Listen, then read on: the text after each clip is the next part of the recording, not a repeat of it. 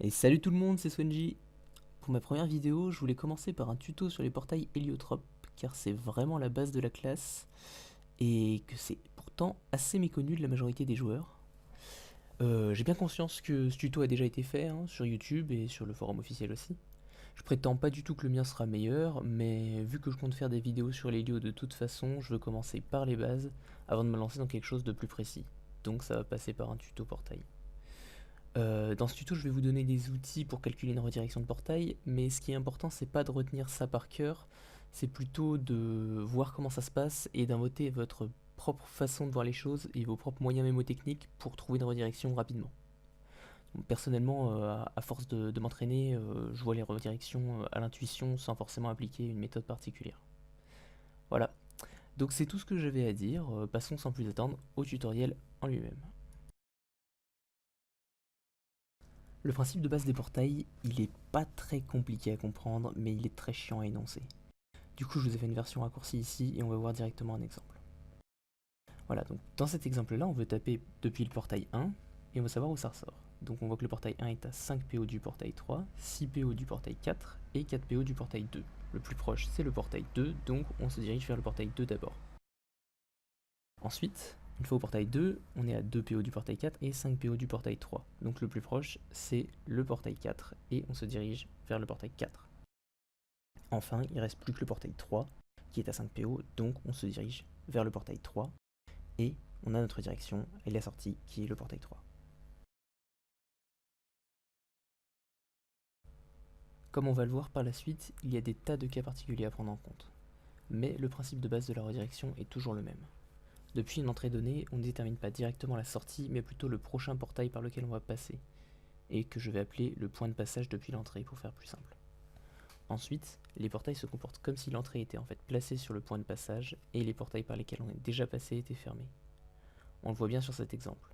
En effet, quand on neutrale un portail et qu'on se déplace au point de passage suivant, la sortie est la même. Bon, jusque là je pense que tout le monde connaissait plus ou moins, mais j'ai pas encore abordé l'équidistance. Donc quand il y a deux portails équidistants du portail d'entrée, on est obligé de trouver un autre moyen de les différencier que la distance, et du coup, on va parcourir le triangle formé par les portails dans le sens horaire, et le premier portail sur lequel on arrive en partant du portail d'entrée sera notre premier point de passage. Ensuite, on continue comme d'habitude pour trouver la redirection. Il y a une autre exception quand les portails sont à la fois équidistants et alignés. Dans ce cas-là, on ne sait pas ce que c'est que le sens horaire puisque ça pourrait être un sens comme l'autre. Du coup, la redirection est calculée autrement. Il faut tracer une demi-droite en partant du portail d'entrée et en allant au coin en haut à droite de l'écran. Ensuite, on fait pivoter cette demi-droite dans le sens contraire des aiguilles d'une montre jusqu'à tomber sur un portail. Le premier portail que l'on croise, c'est le premier point de passage des portails. Et ensuite, on continue la redirection en utilisant les critères qu'on a déjà vus.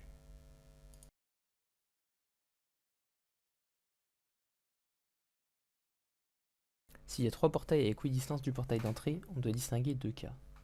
Le premier cas, c'est quand tous les portails sont du même côté d'une droite passant par le portail d'entrée. Dans l'exemple actuel, c'est le cas, puisque tous les portails sont à gauche de la droite verticale passant par le portail d'entrée. Dans ce cas, on trace l'ensemble des cases à équidistance de notre portail d'entrée, et on le parcourt dans le sens horaire. Quand on traverse la zone rouge, on voit qu'on croise les portails un à un dans un ordre précis. Donc ici on croise en premier celui du bas, puis ensuite celui de gauche, et enfin celui du haut. Notre premier point de passage, c'est celui qu'on a croisé en premier, donc ici celui du bas. Et la redirection se déroule ensuite normalement depuis celui-ci.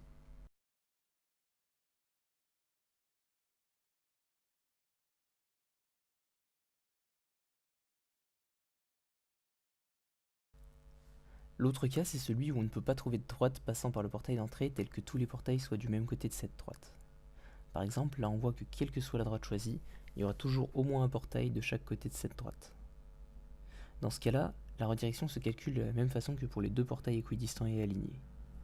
On trace une demi-droite partant du portail d'entrée et allant dans le coin en haut à droite de l'écran, puis on la fait pivoter dans le sens anti-horaire. Le premier portail que cette demi-droite va croiser sera notre point de passage. Ensuite, on continue la redirection comme d'habitude.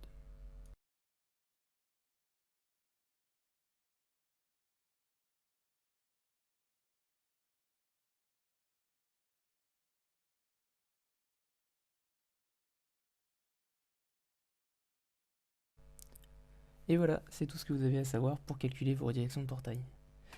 Dans cette vidéo, j'ai essayé de faire au plus clair, mais c'est très difficile à expliquer, donc si vous avez la moindre question sur quelque chose que j'ai dit, que j'ai pas dit, ou n'importe quelle question à propos de Dofus, n'hésitez pas à me la poser en commentaire et je répondrai avec plaisir. Si vous avez des conseils, des remarques sur la forme comme sur le fond pour mes prochaines vidéos, je prends aussi avec plaisir. Sur ce, bon jeu à tous et à la prochaine.